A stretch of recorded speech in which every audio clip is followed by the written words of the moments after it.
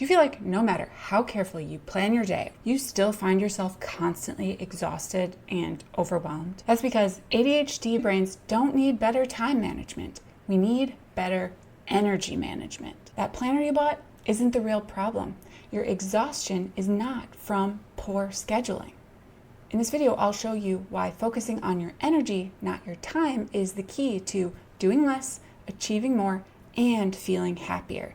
And stick around because I have a free resource that's going to help you get started today. Hi, I'm Tiff.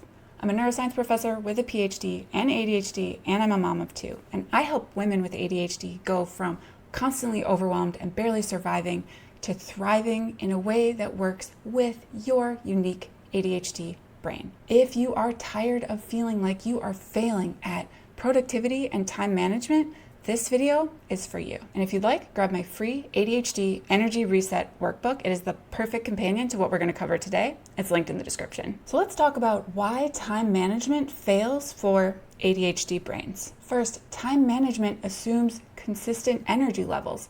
If you schedule it, you'll be able to do it because you'll have the energy. And that's just not true when you have ADHD. ADHD is defined by the ups and downs of your energy and your focus and your motivation. I know I work in bursts and I have to recover in bursts. That's just how I am. And let's not forget that the executive function struggles that come with ADHD make some really basic daily tasks incredibly draining for an ADHD brain. And if you struggle with boundaries and prioritizing like a lot of ADHD women do, I'm willing to bet your calendar and your schedule are chaotic and probably full to the brim, which might mean that you are just running ragged all the time. Even when I was planning my schedule down to the minute, there were times when I was just so incredibly drained that I would just sit in front of my computer and stare at it. And all this time would pass and I wouldn't get anything done. Or I'd end up just scrolling on my phone instead of doing something that was probably really important. Then, of course, I'd have to beat myself up, as one does, and then I had to make up that work like at night after my kids went to bed when I should have been resting and recovering for the next day, which was also, of course, completely packed to the brim. Let me know in the comments if you relate to this. The truth is, no matter how well you manage your time or schedule your time, no matter how many hacks you know to try to get yourself motivated or make something easier, if you don't have the energy, it ain't happening. That's a signal from your brain and your body telling you to slow down. You need a break. This is too much. It's a physiological and a biological and a neurobiological signal. But we just end up thinking, well, we're tired, so that just means we're failing. The thing is, if you've been pushing through for a really long time and living like this, you've probably been running on adrenaline, which is almost like a fake chemical energy your body is giving you, thinking that this is a temporary survival situation. Now, under normal circumstances, that adrenaline is allowed to come down back to baseline and your body gets a lot of time to reset. You are not supposed to live in survival mode. All that chemical energy you're getting, it's not real. And eventually, it does run out. And at that point, your body and your brain are gonna force you to rest. And it's gonna be for even longer than you'd like. All this to say, that means it is worth getting out of survival mode and staying out of survival mode in your day-to-day life. So what is energy management? It all comes down to this. Energy is everything with ADHD. And energy management is about treating your energy like the finite or limited resource that it is, like a phone battery. And also like a phone battery, when you're constantly running a bunch of apps in the background, that's gonna drain your energy a lot faster. Listen, it'll come as no surprise that ADHD brains are particularly prone to this. We have hundreds of thoughts just swirling around in our brain at any given moment, and probably some song lyrics and also maybe a conversation with your crush from 7th grade replaying just to make you feel a little bit worse about yourself. I don't know. But that's way more going on in an ADHD brain than the average neurotypical brain. So think of it like we have more apps running in the background at any given time, so our battery is prone to draining. Don't despair at this point because I promise this is a workable problem. We just haven't been shown the right solutions. You're not doomed. What ends up happening is we end up thinking that our problem is that we need to be more efficient. We need to just be able to cram more into less time so we can maybe build in some open spaces into our schedule and then we'll rest. And we end up thinking the problem is, how efficient we are with our time, or maybe we just haven't found the right hack or app. But ladies, that is not it, I promise you. And we end up draining ourselves even more by trying to fix the wrong things and not getting to the core of the issue. But what if you worked with your natural energy patterns instead? Treated your mental energy like the precious resource that it is. Pro athletes manage their physical energy strategically as they manage their practice schedules and their training. We need to do the same with our mental fuel.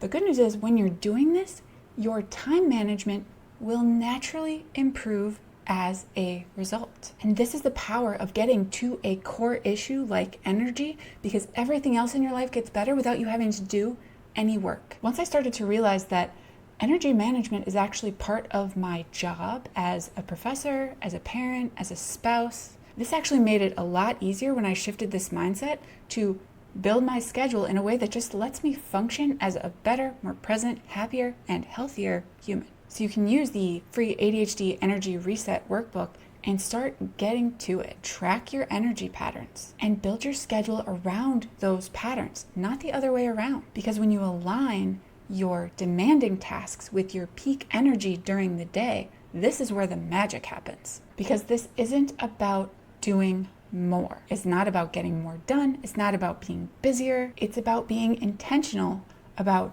when you do something, what you do, and who you do it with. You'll find you complete in 1 hour what used to take you an entire afternoon. Match your challenging tasks to your higher energy periods. Tackle complex work during those rare moments of clarity and focus. Do emails and admin tasks in that foggy, low power mode, whenever that is for you. In the tracker, there's a place to track your energy levels across every single hour of the day, and awareness is the first step. Once you do this, you can pick out your natural patterns and what you are doing at those times, who you're doing it with, and start to rearrange things in a way that works with your schedule. I urge you to pick one change and make that. Notice the difference that it starts to make. As a professor, I have a lot of control over my day-to-day schedule, which sounds like a blessing, but for ADHD, it kind of turned out to be a curse, because whenever there was an open spot on my calendar or a time that was just for me, I felt too guilty saying no, and I would fill all of those times, booked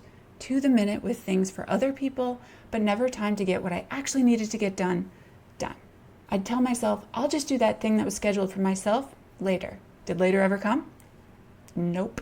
My schedule didn't align with my energy at all. I was making up work well after the kids went to bed, crying because I never had time to rest. Even when I felt sick, I couldn't rest because I had too much to do. It got real bad. Even though I was in charge of my own schedule, it never occurred to me that I had permission to schedule meetings only in time blocks that felt good for me. That felt selfish to me at that time. But let me tell you, once I started to question every belief I had around how I needed to do things and when they needed to be done and who I should let dictate what I was doing when, everything changed. And by simply moving things to times of day that work better for me, I am more productive.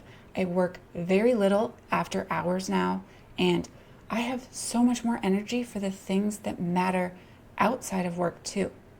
Now, in addition to making tweaks to your schedule wherever you can to better align it with your energy, here's a power move.